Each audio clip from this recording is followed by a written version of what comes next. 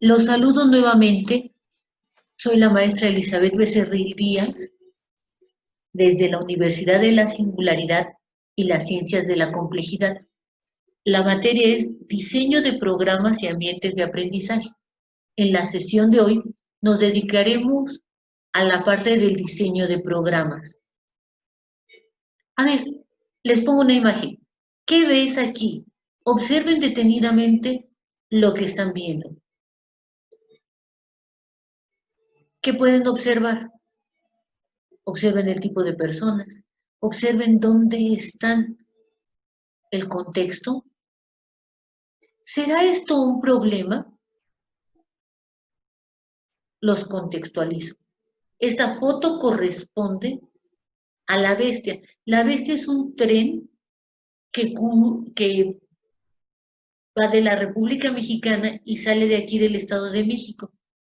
Y muchos de los inmigrantes suben a él con la idea de que los lleve al norte del país. A veces, al abordar la bestia, son atropellados. Ellos le llaman la bestia por el tamaño y dimensiones que tiene este tren. Aquí lo podemos ver ya en su trayectoria. Va de lo que es el Estado de México, la parte de Cuautitlán, Tultitlán, hasta el norte del país. Los inmigrantes lo abordan con la finalidad de llegar a Estados Unidos. Esta es otra toma del mismo tren que se llama la bestia. Los problemas no son señales de alto, sino guías en el camino. Robert Schuller. A ver, pensemos, un problema no es un alto, no es algo que se queda ahí estancado y se propaga. Es algo que podemos cambiar y darle una solución. Un problema es una oportunidad para hacer un cambio. En esta imagen podemos ver cómo la gente va en la parte superior del tren. Es mucha gente la que va ahí. La posibilidad de tener accidentes es grande. Como veíamos en la toma anterior, en la fotografía anterior, van niños, van mujeres, hombres, gente de cualquier edad. Eso es un problema. Ellos están saliendo de su país y también de nuestro país para tener mejores condiciones de vida exponiendo la que tienen. ¿Qué ven aquí? Observemos detenidamente la fotografía. Observemos lo que tienen los niños y lo que están comiendo. Esto es parte de una realidad. Esto también es un problema. Los niños no tienen ropa andrajosa, pero están comiendo de ahí. ¿Qué está ocurriendo?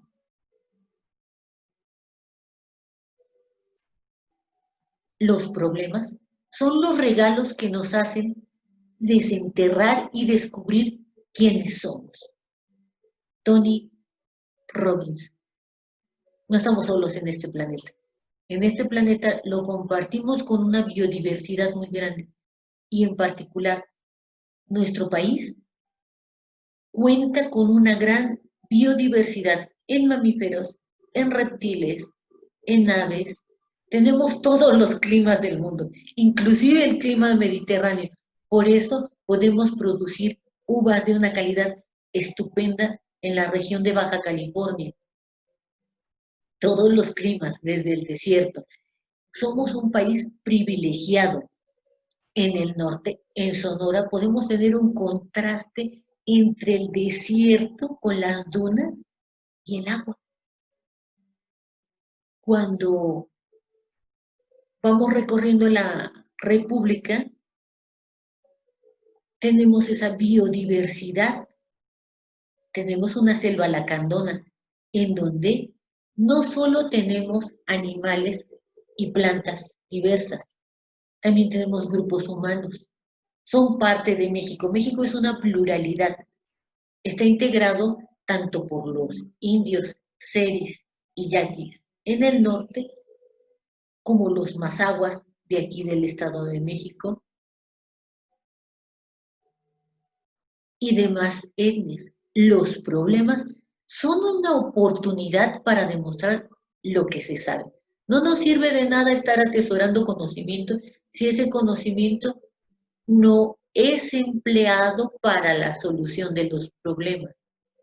Los problemas son una oportunidad y la educación tiene que llegar a todos, tiene que ser inclusiva.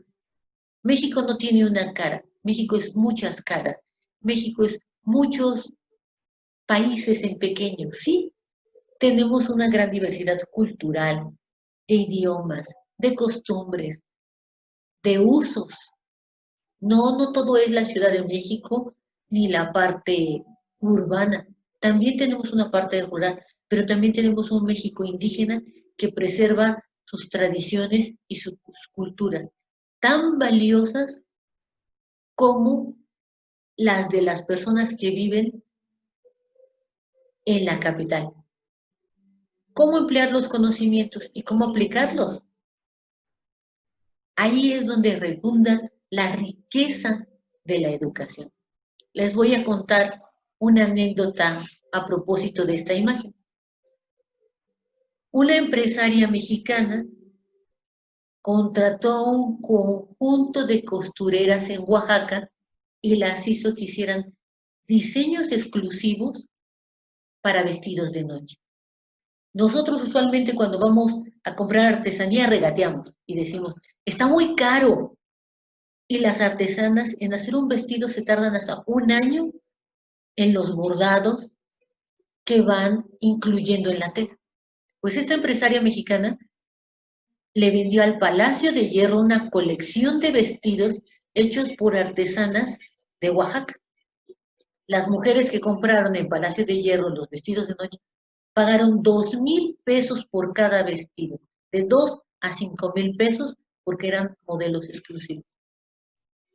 Estaban felices, llevaron a sus galas unos vestidos hermosos por el diseño y el grabado. Y las artesanas por primera vez vieron recuperada la inversión de tiempo empleado para esos vestidos. Se atacó un problema. El problema era que las artesanas tuvieran reconocido su trabajo. Se le dio una solución. Entonces, un problema es una oportunidad para demostrar.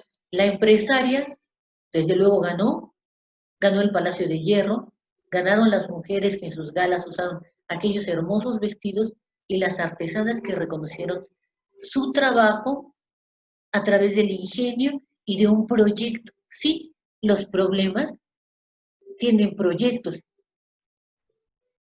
Vamos a otra imagen. Esta es una imagen más cotidiana.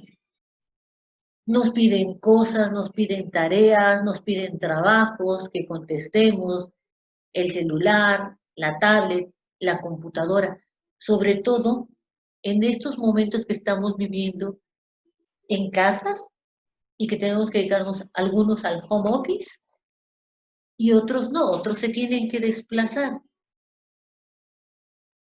Estamos cargados de estrés. Esta realidad de la imagen ya la teníamos antes de la pandemia. Antes de la pandemia ya teníamos un montón de trabajo acumulado que teníamos que estar resolviendo. Estábamos acelerados por una sociedad donde el consumo de 24/24 nos hacía pensar que en cualquier momento el otro nos podía contestar. Toda dificultad eludida se convertirá más tarde en un fantasma que perturbará nuestro reposo. Evadir un problema no es la solución, simplemente tarde o temprano lo tenemos que afrontar. A veces al afrontar y postergar el tiempo, lo único que ocasiona es que el problema crece y ya no tiene una variable, tiene más de una variable y es complicada su solución. Este es un problema muy viejo. Veamos la imagen. Esta es una imagen aparentemente contemporánea. Una de las grandes heridas de la humanidad es el racismo. Ellos son seres humanos como nosotros que fueron arrancados de su continente, de su país, para ser vendidos como esclavos por los europeos, por los americanos, por los mismos africanos.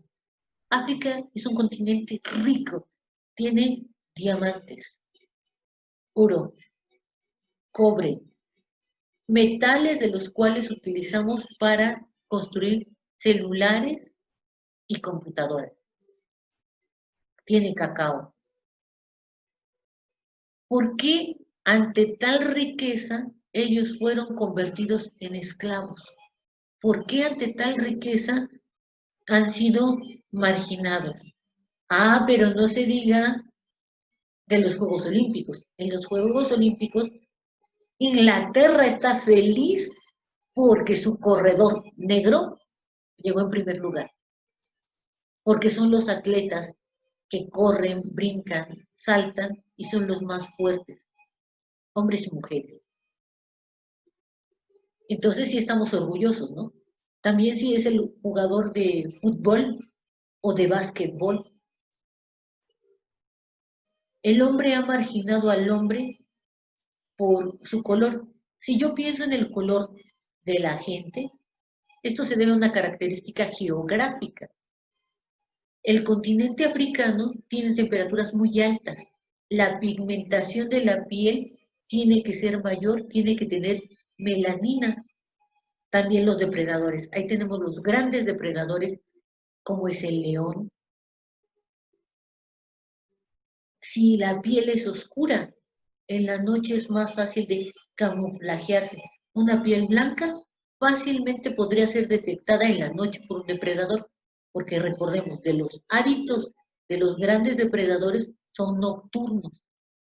Me voy a ir a la parte de Asia. Esos ojos rasgados son por los rayos del sol. Pegan, el cuerpo por adaptación hizo esos rayos. Me voy a ir a Europa. Europa fría, hielos, el color de piel tenía que ser blanca para adaptarse. La región de Asia, durante la última glaciación, crea un puente, la gente cruza por el estrecho de Bering y tenemos una raíz malayo-polinesia. Por eso la gente de América tiene los ojos ligeramente rasgados, no tanto como el chino, el japonés o el coreano o el filipino, porque nuestras condiciones geográficas cambian. No somos mejores seres humanos que los otros, somos seres humanos que nos estamos adaptando. Hoy ese es un problema actual. Son generaciones y generaciones de esa herida tan grande que ocasionó el racismo y que hoy que tenemos una diversidad de información, que podemos comunicarnos con el otro, se pone nuevamente en la mesa. Por ser negro, marginada o marginado, sin derechos, muertos de una manera injusta solo por un color de piel. Ese es un problema. Y es un problema que tiene que ver con la educación. Si yo educo a las generaciones que un color de piel me da un estatus, tendría que pensar en por qué estoy educando a esas generaciones de esa forma. Somos seres humanos y compartimos el planeta. ¿Por qué ha crecido tanto el problema? Porque no le hemos dado solución. La gente de raza negra ha tenido que luchar generaciones y generaciones, y aún en este siglo XXI no han logrado ser tratados como seres humanos. Ser humano, con todas las ventajas que representa tener otro estándar de vida.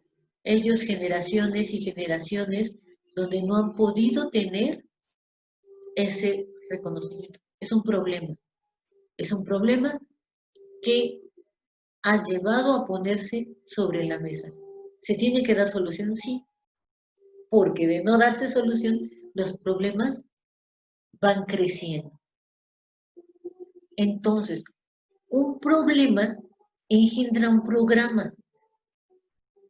Una vez identificado el problema, es el momento de concebir la solución y establecer un programa. ¿Cuál sería la finalidad del programa? Dar solución al problema que se está viviendo. Y a partir de las soluciones, darle movimiento al mismo, que es un proyecto. Voy a recopilar las palabras del maestro Ezequiel Hernández Mera. Él dice, un proyecto es la búsqueda de una solución inteligente al planteamiento de un problema a resolver.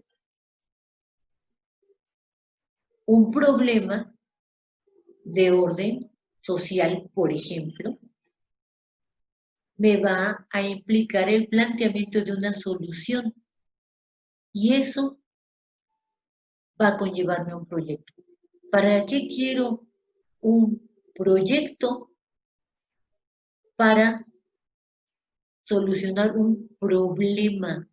El problema, les recopilo información, genera programas. Los programas están constituidos por proyectos. Los proyectos surgen de ese problema social y se tiene que plantear una solución mediante un programa. ¿Qué es un proyecto social? Bueno, un proyecto social contempla fundamentalmente los aspectos que hacen referencia a las necesidades básicas del hombre, como son la salud. Hoy estamos viviendo en esta pandemia un problema de salud que no solo afectó a un lugar pequeño. Escuchábamos en enero, hay una gripa y hay un COVID-19 en China. ¿Y qué decíamos nosotros? Ah, en China, China está muy lejos, no me importa China, ¿no? Ese problema fue no solucionado en el lugar. Eso implicó que de China se fue extendiendo. Había un programa en Italia donde se decía, adopta un chino para darle cabida a los empresarios chinos. El problema va para Italia. Pero Italia tenía un problema ya geográfico.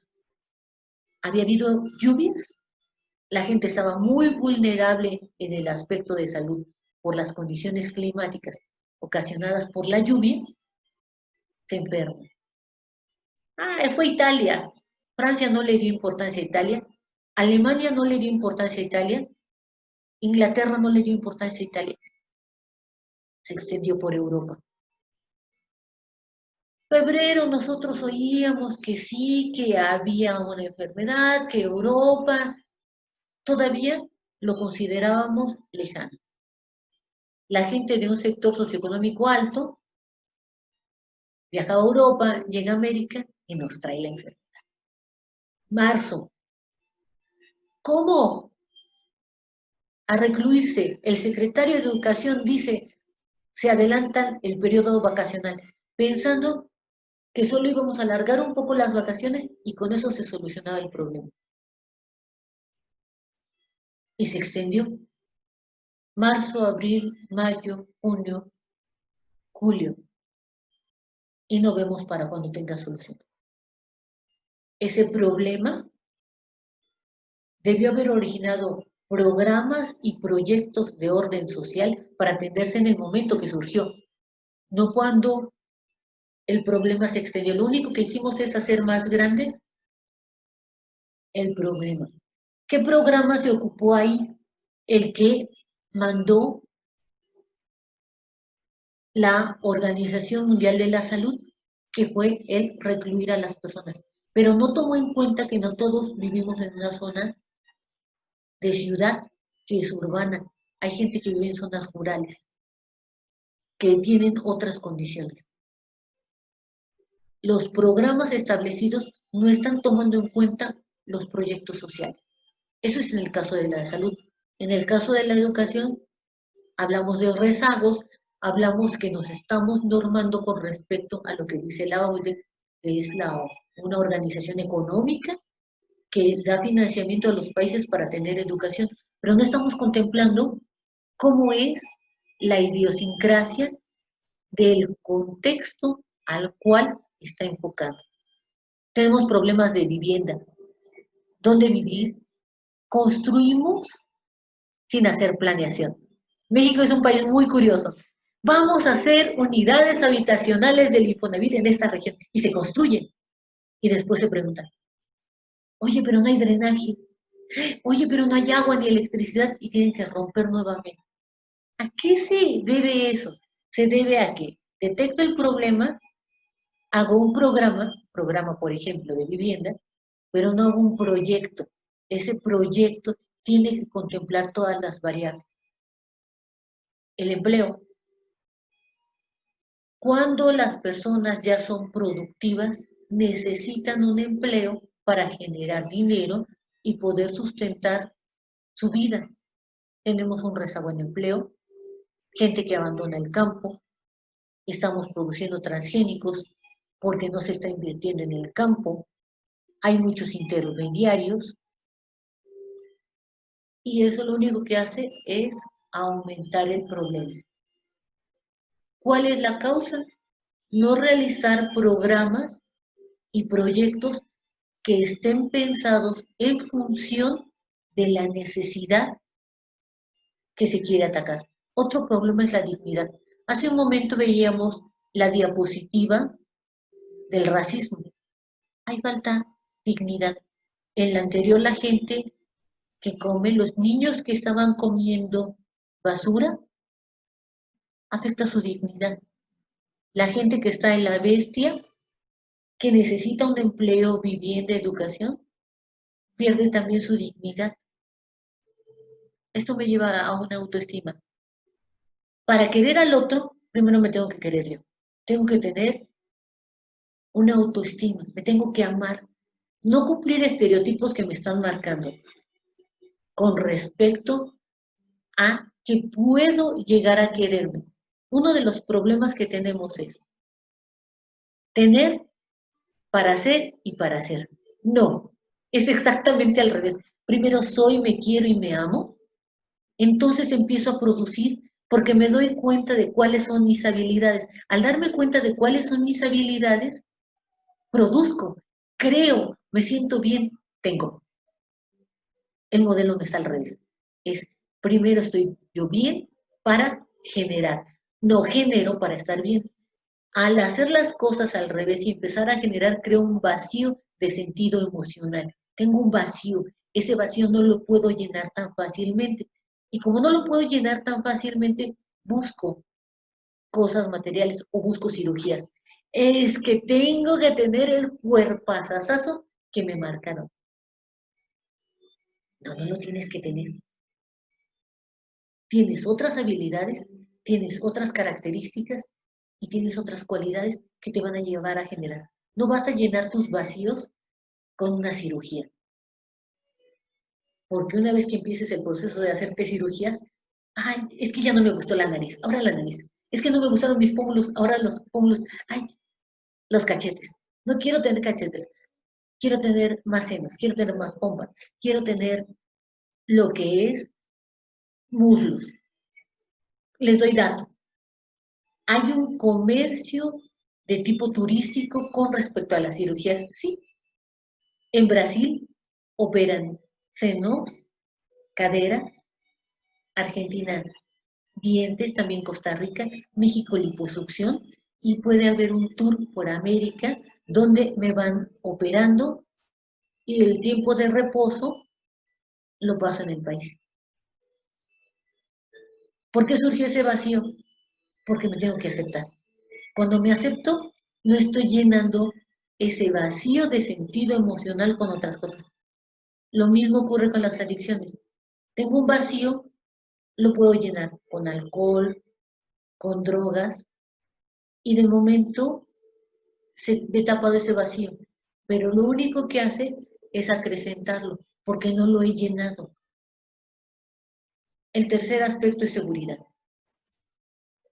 Nos quejamos de robos. Yo no conozco una sola persona que no hayan asaltado, incluso a mi persona. Salimos y no sabemos si vamos a llegar. Esa es inseguridad. Pero la inseguridad también viene en los hogares.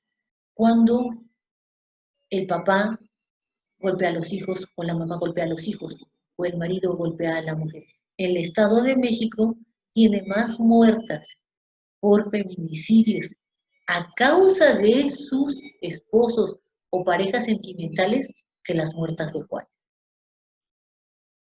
Todos esos son problemas. Un proyecto social estaría encaminado a resolverlos. Recupero información, detecto un problema, de ahí viene un programa. Ese programa está integrado por proyectos.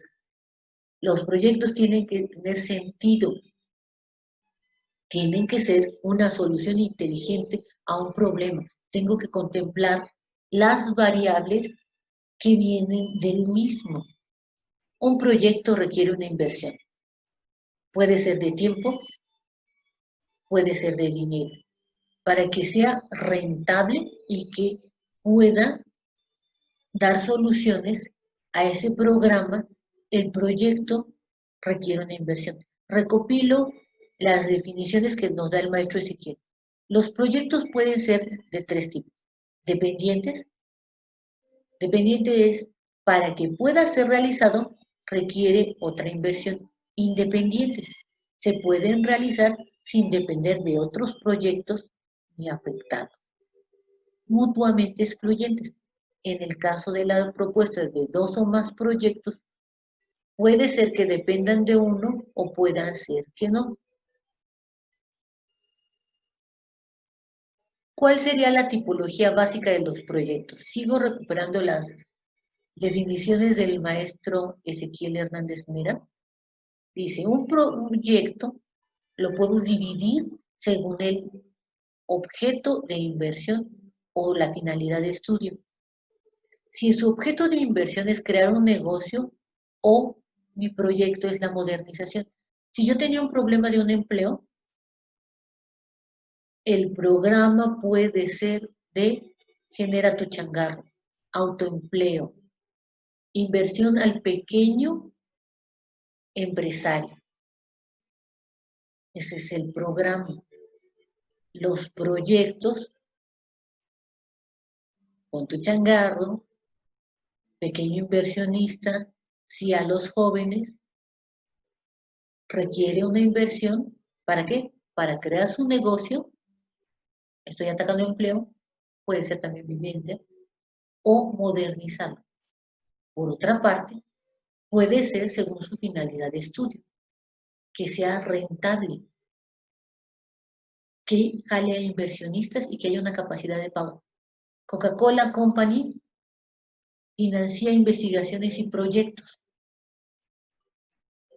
siempre y cuando sean rentables. ¿Quién va a ganar como inversionista? Coca-Cola Company.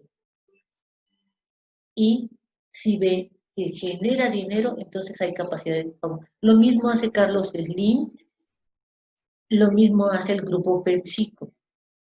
Son inversionistas y depende la rentabilidad del proyecto como para que el inversionista pueda o no dar el recurso. Tiene que ser viable. Yo puedo tener un estudio fantástico, pero si no es viable, no gano nada teniendo un inversionista. El inversionista me va a decir, tiene que ser viable y realizable en un espacio de tiempo. Hay problemas legales. No puedo lanzar un proyecto libremente. Tengo que ver que yo no esté afectando el marco legal. Tengo que gestionar. Está metida la política y la economía. Y todo eso me va a determinar el factor ambiental. Vuelvo a recuperar información.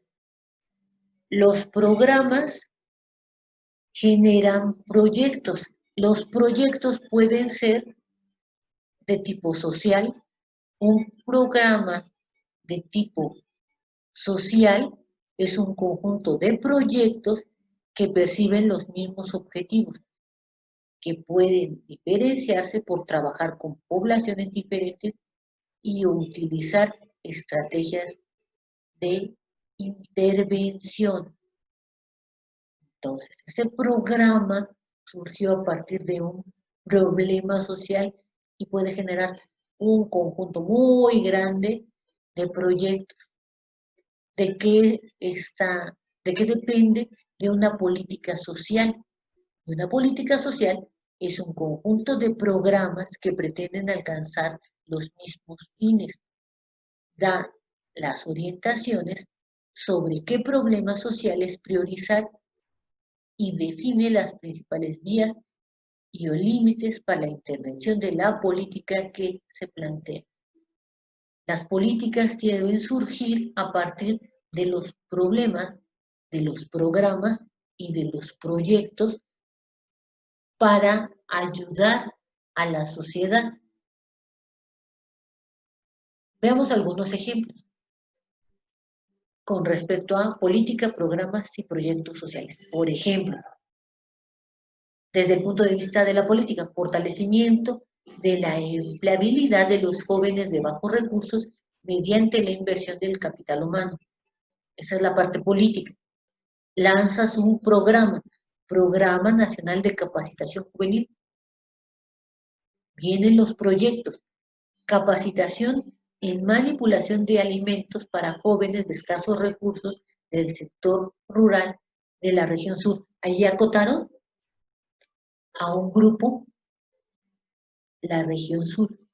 Otro proyecto, capacitación en contabilidad para egresados de enseñanza media en la región metropolitana. Otra área. Hubo un programa que se llamaba del primer empleo. Cuando los jóvenes egresaban de una licenciatura, les pedían tener experiencia y el título. Y los jóvenes decían, si estuve estudiando, ¿cómo genero experiencia? Para generar experiencia necesito trabajar, pero no me dejas trabajar si no tengo un título. Se da el programa donde aquellos empresarios que contrataran a jóvenes recién egresados, se les iba a dar un bono.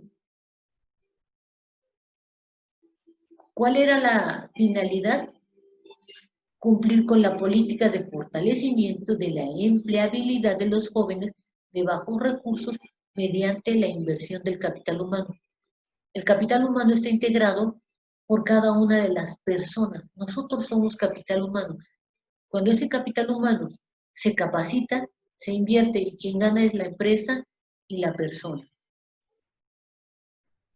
Otros ejemplos, pues el Plan Integral de Bachillerato, el programa del Bicentenario, por ejemplo, el Programa Estatal de la Lectura, el Programa de Valores, los programas de Ciencia y Tecnología, un programa de mejoramiento de las matemáticas, el programa del bullying, el programa de trabajo de orientación. ¿Por qué surgen estos programas? Regreso, surgen de problemas. ¿Cuál es el problema? El bullying. El número de jóvenes afectados que llegaron incluso al suicidio por medio de las redes sociales era un problema que no se le dio solución, creció y surge la necesidad de un programa, el programa de atención del bullying. Las matemáticas. PISA hace un examen para ver si OCDE invierte en el país. ¿Qué es lo que evalúa? Evalúa las capacidades lectoras y las de matemáticas y la aplicación en ciencia. ¿Por qué hace eso? Porque los jóvenes de 15 en adelante se van a integrar al campo productivo, pero para estar integrados en el campo productivo tienen que tener las habilidades matemáticas. México no las tenía. Surge la necesidad de un programa de fortalecimiento de las matemáticas, también de la lectura. Somos analfabetas funcionales, leemos, pero no entendemos, solo decodificamos. Ahorita, por ejemplo, que nos hemos integrado abruptamente a las nuevas tecnologías, Somos analfabetas, analfabetas digitales. No manejamos todas las herramientas necesarias. Ahí tendrá que surgir un programa de habilidades digitales para docentes. Muy bien, ya detecté un problema. Hago el programa. Ya vi que en el programa vienen proyectos. Los proyectos ya vi que tienen una parte de políticas y económicas. Pero tengo que planear cómo lo voy a hacer. No simplemente me lanzo al problema.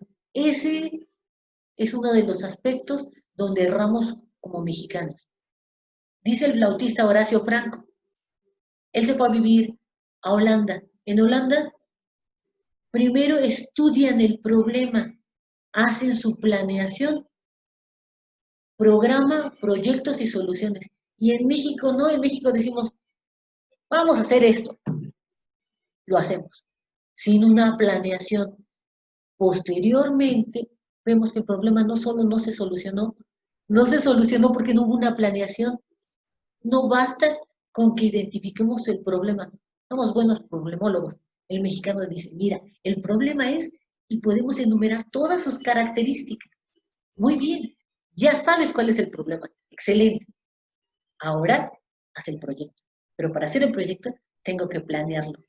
No es simplemente por inspiración. Se me rompió la banda del coche. Vieja, quítate las medias, las ponemos y salió. Claro, le di solución, una solución temporal.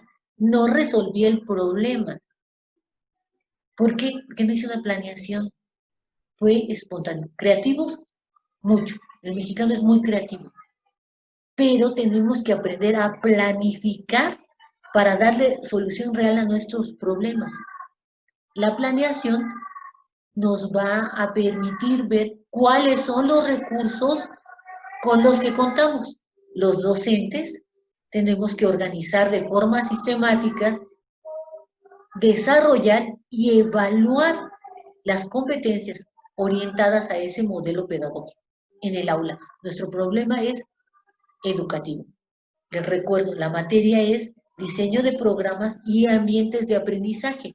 Lo de nosotros es el campo del aprendizaje y de la educación, pero quise darles un panorama general para que vieran por qué son importantes los programas y cómo surgen esos planes. Los pedagogos ahí también tienen campo de trabajo, porque no solo son las aulas. El pedagogo planea, el pedagogo puede ayudar a hacer ese proyecto y ese programa a partir de la planeación. La planeación tiene que articular los contenidos curriculares del programa educativo. ¿Qué estrategia voy a utilizar? ¿Cómo organizo al grupo? Somos seres sociales y como seres sociales no resolvemos en uno, resolvemos como un conjunto de individuos. ¿Con qué material lo voy a abordar? Ahí vienen materiales didácticos, pedagógicos e instrumentales. ¿En qué tiempo? Tengo que establecer tiempos tanto para los programas, proyectos y las planeaciones. ¿En qué tiempo se van a cumplir? Y evaluar. En el momento que evalúo si algo no está funcionando, es el momento de pensar la planeación nuevamente. Voy a ser más detalladita. Los elementos de la planeación. Los elementos de planeación me tienen que detonar las preguntas. ¿Para qué enseñar? ¿Cuál es mi objetivo? ¿Qué voy a enseñar? Contenido. ¿Cómo? Metodología, estrategias, técnicas y recursos. Si yo estoy hablando de un proyecto, el para qué enseñar es para qué resolver ese problema. ¿Cuáles son mis objetivos? El qué enseñar es qué contenido, qué es lo que voy a abordar. ¿Cómo voy a enseñar? Se traduce en qué método, estrategias y técnicas y recursos voy a utilizar para que ese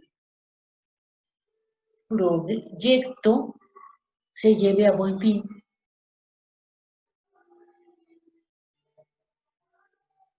Me regreso a nuestro caso específico. ¿Cómo voy a planear? Tengo un programa que surgió en base a un problema, a una situación. Necesito hacer un diagnóstico. Caso de construir en este terreno casas del Infonavit. Primero hago un diagnóstico. ¿Hay agua? ¿Hay drenaje? ¿Hay luz? ¿Hay pobladores? ¿Afecto a algún bioma? Ya hice mi diagnóstico, entonces puedo atacar el problema de construcción de vivienda y establecer mis planes en función de lo que salió en el diagnóstico. Problema de vivienda, programa desarrollo habitacional. Situación, voy a la zona, veo si tengo agua, drenaje, luz, si hay alguna especie animal que yo esté afectando o alguna población. Muy bien, establezco mis planes. Para que esos planes se puedan llevar a cabo, voy a usar estrategias. Las estrategias me van a llevar a las técnicas y empiezo a ver qué materiales, medios y recursos necesito para que esto sea viable. Entonces estoy haciendo un plan de evaluación. Vamos a ver un ejemplo. Por ejemplo, el programa de habilidades socioemocionales en docentes. Antes del problema del COVID-19, en el aula ya había problemas con las habilidades socioemocionales del docente. El docente se enoja, no escucha al alumno o el alumno llega desbordado y no tenemos la habilidad de tratarlo. En el caso que estamos viviendo actualmente del COVID-19, el docente pasó de clases presenciales a clases virtuales como lo estamos haciendo en este momento. ¿Cómo se siente? Los planes de acciones aquí fueron 3. Primero, que reconozca qué emociones tiene. ¿Cuáles son sus emociones básicas? Socializarlas. Coadyuvar. ¿Cuál va a ser la estrategia para que eso sea posible? Para que yo reconozca mis emociones, diagnóstico. Por medio de un sondeo, se les aplica un cuestionario en base a una investigación realizada, aplicada y validada. Se aplica el cuestionario, se interpretan los datos en función de las 8 emociones básicas. Fecha, ¿para qué doy una fecha? Porque las planeaciones tienen que tener un tiempo y eso me va a permitir hacer una evaluación. Si mi primer plan de acción es correcto, paso a la siguiente parte. La siguiente parte es socialización de las emociones básicas en el docente. Les doy una difusión, les digo a qué resultados llegué, qué intensidad, qué dirección y regulación detecto de sus emociones. Nuevamente doy un tiempo. Hacemos el proceso de evaluación. Viene el tercer plan de acción. Coadyuva en las emociones básicas y se hacen cadenas de ayuda mutua para que puedan empezar a hablar de cómo se siente. Doy nuevamente una fecha. Este es un ejemplo. Puedo tener más planes de acciones. A lo mejor, a partir de estos 3 planes de acciones, hago mi evaluación y digo, necesito otro. O puede ser que la coadyuva, por decir cualquier cosa, no me funcionó. Si no me funcionó, tendría que ver cómo estuvo, dónde está el error y a partir de ahí corregir e instrumentar. Me voy a ir con una canción de Mario Benedetti. ¿Por qué me voy a ir con una canción de Mario Benedetti? Para irme a la parte de estrategia. Dice, esta es un poema de Mario Benedetti. A partir de ese poema se hizo la canción. Y él dice, mi táctica es mirarte, aprender como sos, quererte como sos. Táctica es hablarte y escucharte. Construir con palabras un puente indestructible. Táctica es quedarme en tu recuerdo. No sé cómo, ni sé con qué pretexto, pero quedarme con vos. Mi táctica es ser franco y saber que sos franca y que no nos vendemos simulacros. para que entre los dos no haya telón ni abismo. Mi estrategia es, en cambio, más profunda y más simple. Mi estrategia es que un día cualquiera, no sé cómo, ni sé con qué pretexto, por fin me necesita. Les voy a contar una anécdota. Las estrategias surgen en el plano militar, antes en el plano educativo. Los militares planean cómo van a llegar a solucionar el problema, en su caso es de combate. Y de esa estrategia vienen las técnicas. Por eso escogí el poema de Mario Benedetti, Estrategia y Técnica. Y de esa técnica viene la táctica. Voy a recuperar la definición de estrategia para pedagogía.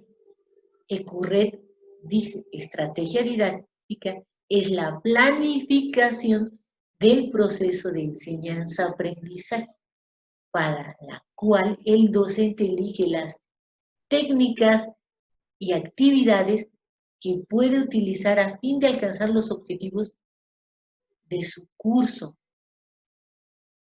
En el video pasado estábamos estudiando las teorías del aprendizaje. ¿Por qué estudiamos las teorías del aprendizaje? Para poder aplicar ese conocimiento en el proceso de enseñanza y aprendizaje con estrategias, técnicas y actividades, y así alcanzar los objetivos. ¿Cuáles son los componentes de una estrategia? Bueno, los componentes de una estrategia didáctica es el tipo de persona, de sociedad y de cultura de la institución educativa. No es lo mismo el niño de jardín de infantes cuando va de 3 a 4 años de edad, que es maternal, de 4 a 5 y de 5 a 6. ¿Por qué? Porque dejó de ser bebé y está pasando por etapas de desarrollo. Jardín de infantes, jardín de niños o kinder, tiene que ver con 3 niveles. Me voy al niño de primaria. El niño de primaria tengo 6 etapas. No es lo mismo el niño que entró a primero de primaria que el que está en sexto de primaria. Va a ir evolucionando cognitivamente y se va adaptando socialmente. Secundaria, tengo 3 niveles, pero tienen que ver con la adolescencia, desde ser preadolescente hasta ser adolescente. Voy a educación media superior, nuevamente tengo 3 niveles. No es lo mismo el chico que entró a primer semestre, que está dejando la secundaria, al que está en sexto semestre, que ya va pensando en una carrera universitaria. Egresa de la educación media superior, se integra al trabajo o estudia una licenciatura. Si estudia una licenciatura, hay licenciaturas de 4, 5, 6 y 10 años, dependiendo el nivel. También tiene que ver con la personalidad, el carácter, el temperamento y la sociedad. No es lo mismo que yo esté educando a niños de kinder, jardín de niños, en México, donde los grupos pueden ser de 30 a 40 nenes, a que esté en Argentina, donde los grupos de jardín de infantes son de 25 alumnos, a que esté en Cuba, que son de 25, exagerando 30, a que esté en Europa, que son grupos de 20, a que esté en Finlandia, donde el niño toma el espacio que quiere, y en primaria, si quiere, se va a su casa y regresa. Finlandia, no hay escuelas particulares. Parten del supuesto de que si a todos se les educa igual, el niño rico se lo va a pensar muy bien antes de abusar del pobre, porque fue su amigo y se creó un vínculo emocional.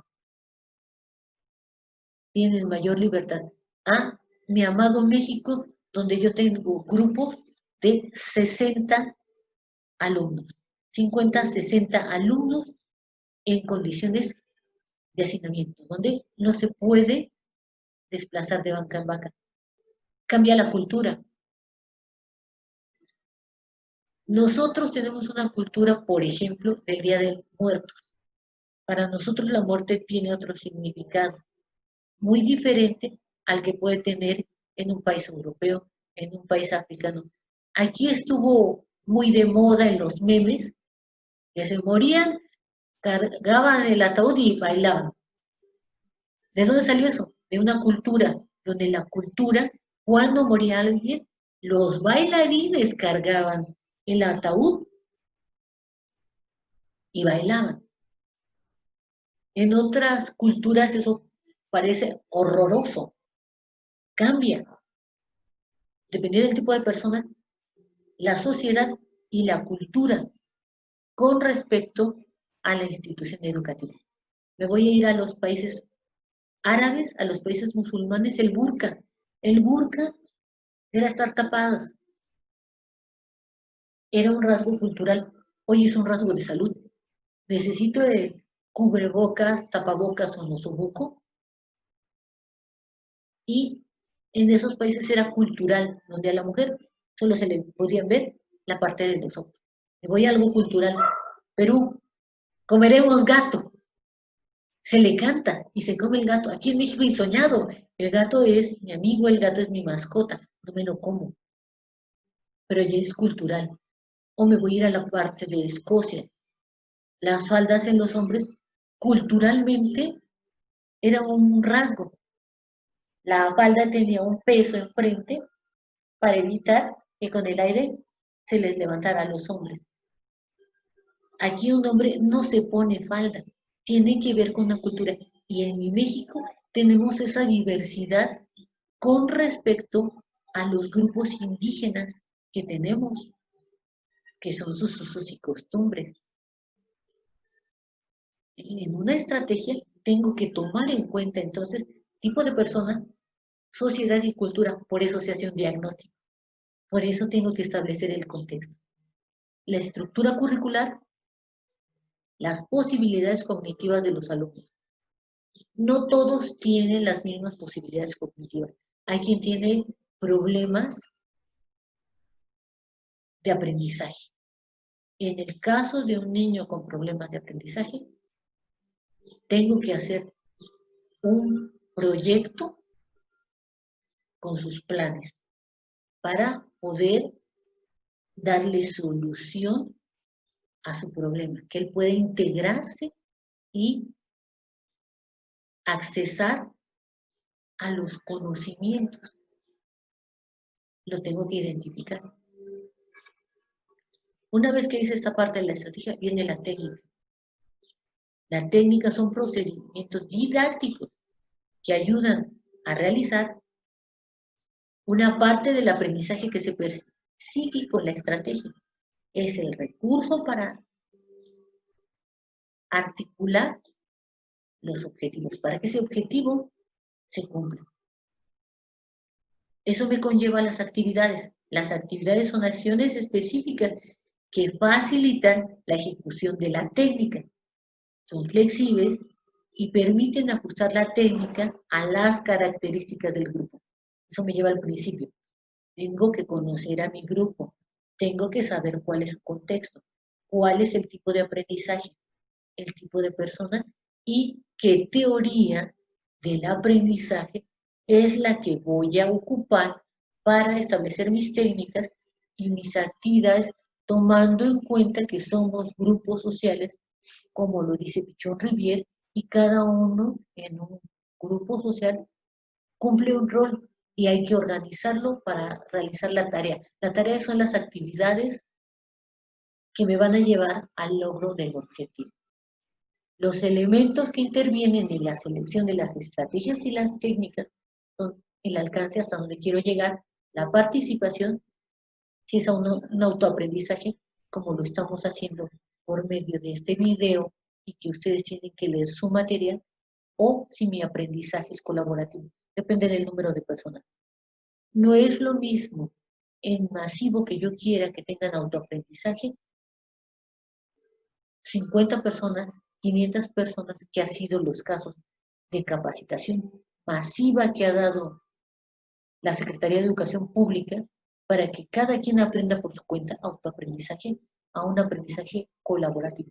Cuenta mucho el número de personas porque eso me va a rebotar con la estrategia y la técnica a emplear y el tiempo que yo tenga para poderlo realizar. ¿Cuáles son las modalidades? Las modalidades son medioambientales, distribuidos y semipresencial, actividades presenciales, actividades de aprendizaje individualizado, colaborativo, sincrónicas o asincrónicas, en ambientes distribuidos, apoyadas en plataformas tecnológicas, a distancia, virtuales o presenciales. Con esto me despido y en el próximo módulo, en la próxima sesión, iremos directamente con ambientes de aprendizaje. Muchas gracias.